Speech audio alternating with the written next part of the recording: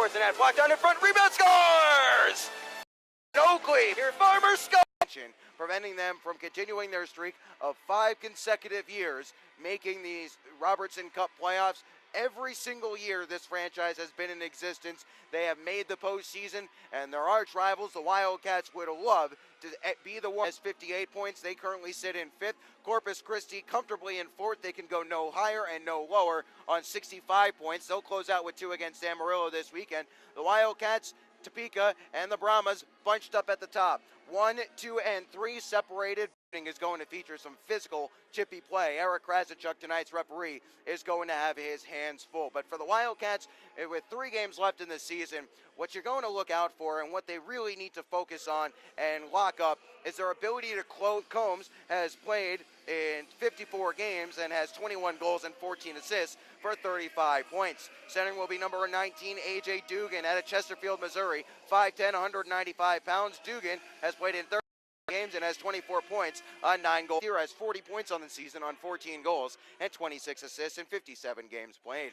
And starting in net will be Austin Shaw, 6'4", 205 pounds, out of Highlands Ranch, Colorado. 25-7-3 is Mr. Shaw with it for APAP. APAP, Bolio holding on it. Now in the circle, fed cross ice, wanting Townsend there, and it was just in front. Townsend once more. Bolio left wing circle on this near side. Bolio dusting it off. Now in the high slot. Trading places. Now up to Cam Knight at the near side. Knight, middle of the point. For Staub, he had room there, and he flew off the faceoff towards the net there from Baum, deflected wide. Unable to sweep it back down low with Sheridan, but he'll jab it along for Farmer anyway. Here's Farmer, right wing corner, towards the net off the outside of the cage. Hooked out in front, up to the high slot, down.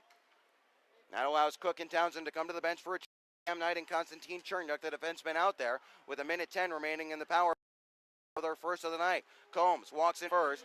Wildcats, Amarillo scoreless here. Ben Horner with you on FastHockey.com and the Wildcats Broadcast Network. Shots on goal in the early stages of this one, 6-3 in favor of the Wildcats.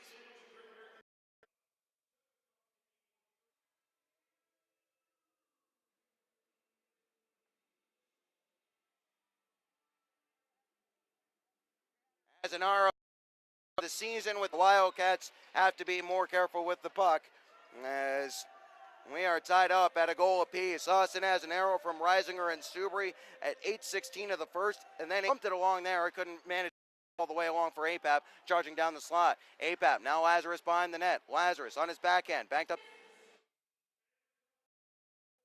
Stop will be to the left of Weatherly when we return.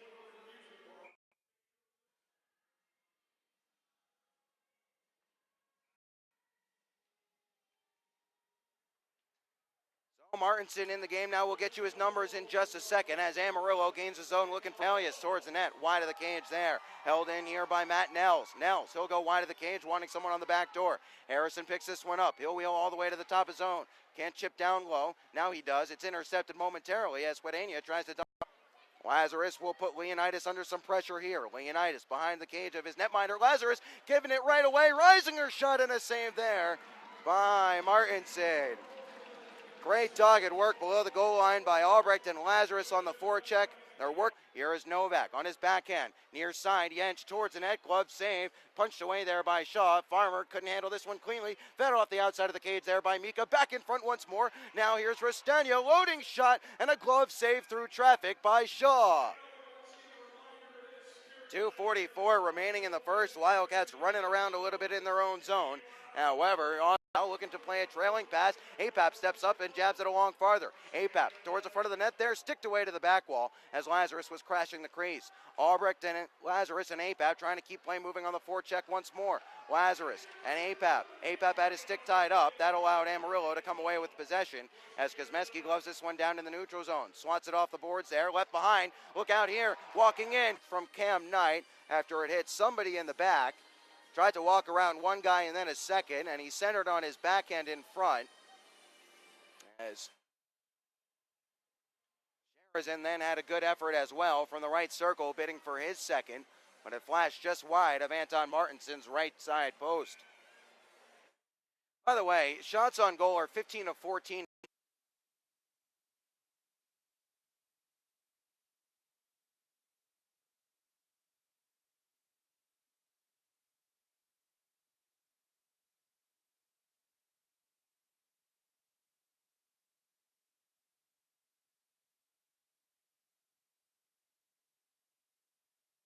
come away with 4 points, but out of 3 games and a couple of overtime losses. As from your standpoint, John, what was your overall takeaway from that last week in Rio Grande Valley?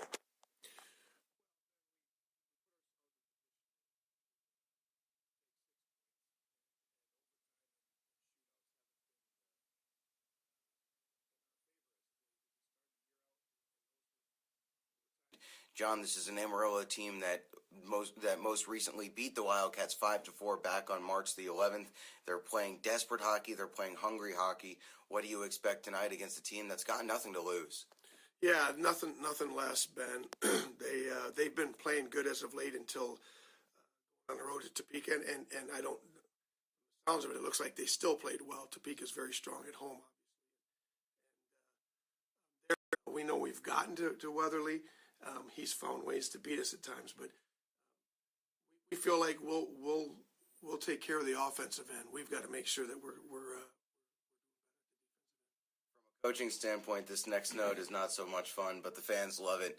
Both teams combining for an average of over 8 goals per game in head-to-head play this year. The Wildcats over 5 goals per game. Amarillo over. Lack of the Wichita Falls Wildcats are represented in this year's Frozen Four tournament. We start off with defenseman Brad Shumway, who played on the Wildcats in 2011 and 2012. Shumway, who is a junior at the Rochester Institute of Technology, will take on the top-seeded Minnesota State Mankato Mavericks on Saturday, March 4. North Dakota, who is looking for its 8th national title in program history. They'll get that chase underway with a game against the Quinnipiac Bobcats of the ECAC on Friday, March 27th at 7 p.m. Central Time.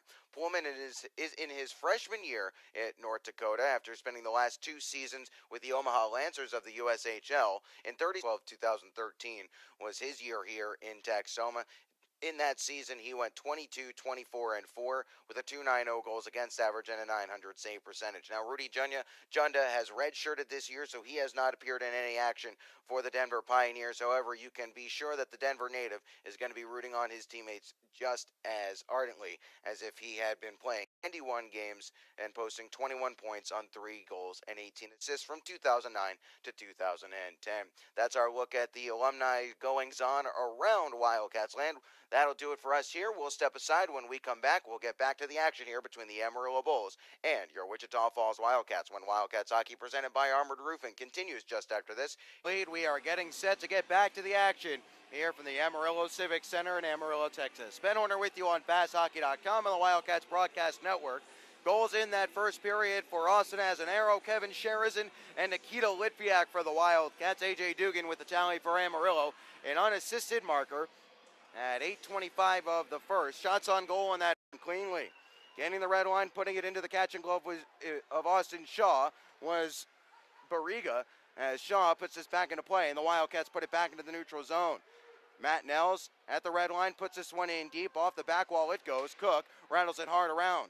Lazarus picks this one up. Plays cross ice, wants Sherizin. It was too far for Kevin to reach, as Cook will have to take this in the Wildcats Broadcast Network. As the faceoff will come to the right of Anton Martinson. Martinson at home this year, very strong, 12-4-0 with a 2.87 goals against and a .917 save percentage. Behind the net it runs for Colin Staub. Staub tries to hook it off the outside of the cage as he was tumbling down to the ice. It's cleared all the way down by Amarillo. Will it go for icing? Yes, it will, as Knight is the closest back to suspended for their role in a confrontation with the referees last Saturday against the Topeka Roadrunners in Topeka. That was Benedetto a moment ago who was trying to tuck that one home as he tumbled down to the ice. Either way, out the faceoff in the Wildcats offensive zone. Amarillo has this one, but no scrum for it. It's loose here, working it towards the dot. Here's a drop pass, Jensch towards the net. Loose puck there, and Shaw will scramble and cover. 14:44 remaining in the second. That almost slipped through the 5-hole of Shaw, who had left some room between the legs there, as the big one-timer from Jensch. He didn't catch all of it, and that was just enough as Kosmeski clears, but Jensch holds this one in. Here is Jensch, down the wall wanting Combs. Combs, once more, this one is Kosmeski. The Wildcats still can't clear. Here's Dugan pulling it back on a toe drag there, and he wasn't able to get a shot away as Subri picks up the loose puck and sends it all the way down. 45 seconds remaining in the penalty to Townsend. This goes all the way down the ice and should be an icing, will be an icing here against Amarillo on the power play. Tristan Restano on 5 play. 12:49 remaining in the second, and a face-off coming to the left of Mr. Shaw. Shaw has 25 wins on the year. Not only is that a new record for a Wildcats netminder in their first season of junior hockey, it's also good for third in the league in total wins. Litviak will float this one high up into the air. Will it go for icing here? Yes, it will. Dillinger now along for Leonidas. Slap shot, stick broke there, as that allows Townsend to pick up an errant puck. He'll play this one off the glass to the neutral zone it goes, as Jensch has it kicked away from him, as an arrow plays in deep, and the Wildcats will change. Approaching 11 minutes remaining in the second period. 3-1 the score. Here is Restagno. Now be sure to contact our friends at La Quinta Inns and Suites. La Quinta Inns and Suites is conveniently located between the Wichita Falls Airport and the Kent Yeager Coliseum. Located on Central Freeway on Maureen Street, La Quinta Inns and Suites is the official host hotel of the Wildcats. Contact 940-322-6971 to book your room today, or visit LaQuintaWichitaFalls.com. Legal play, said the referee, as Cherniak tries to hold the zone and does. Albrecht, now it's Staub walking in, Albrecht, and he fanned on it as it moved away from him at the last second. And Lazarus, nice to see those two guys get rewarded for their good play tonight. Litviak from Staub and Albrecht at 16-10. As this is Kevin Sherizan, who has a goal to his tally also. This will be icing here against the Wildcats, as Sherizan wasn't able to click on a good spot just when there's that many bodies in front of the net. Hard to see the loose puck at all times. One quick note here, as one thing that we haven't seen Amarillo do too much tonight is skate in transition, at least for the time being. Wildcats are doing a very good job at getting numbers back quickly. Oakley, that in front, Cherniak, his shot, sent it wide, loose puck here. Oakley can't dig it loose, and Martinson will make the save. Oh my, 45.4 seconds remaining. Konstantin Cherniak at nobody.com and the Wildcats Broadcast Network.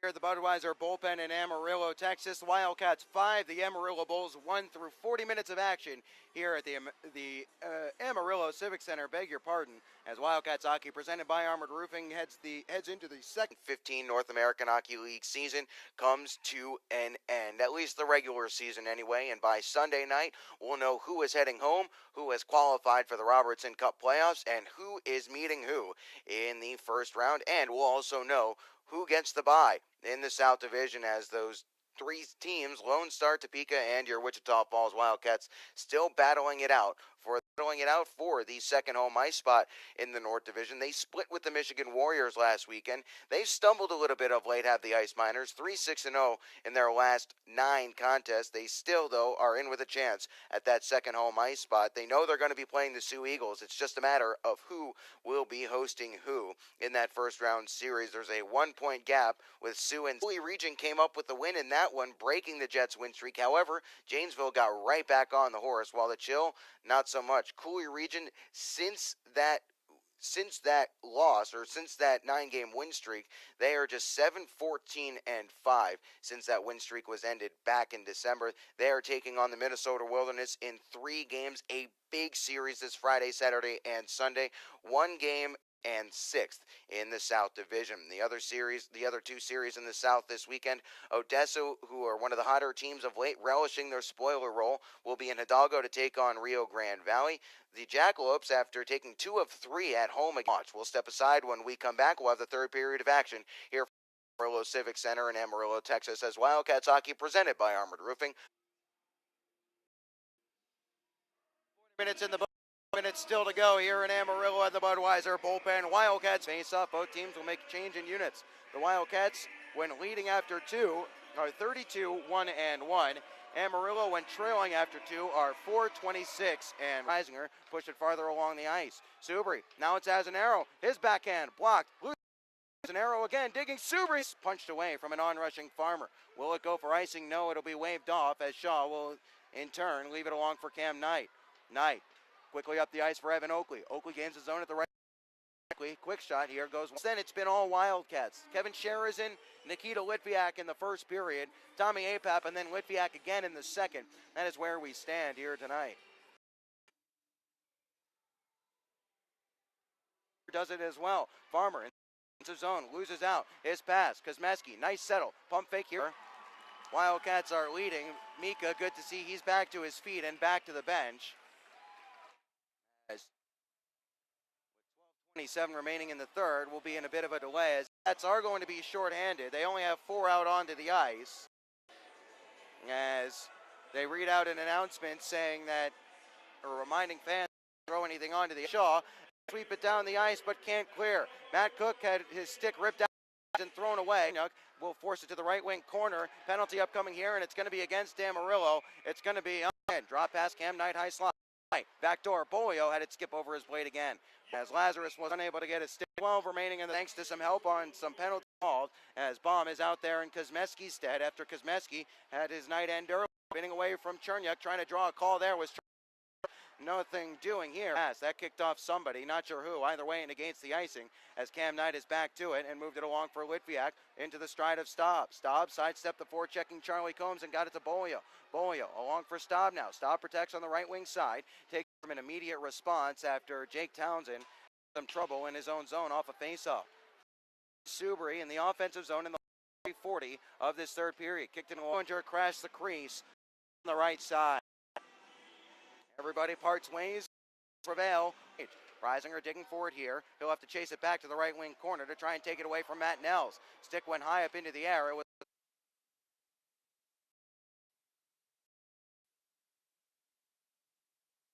scoring after. Regain the lead just 30 seconds later. Sherazin with a snipe from the top. The Wildcats have it in their hand. Reminder, our next broadcast will be those games. 7:30 puck drop for those.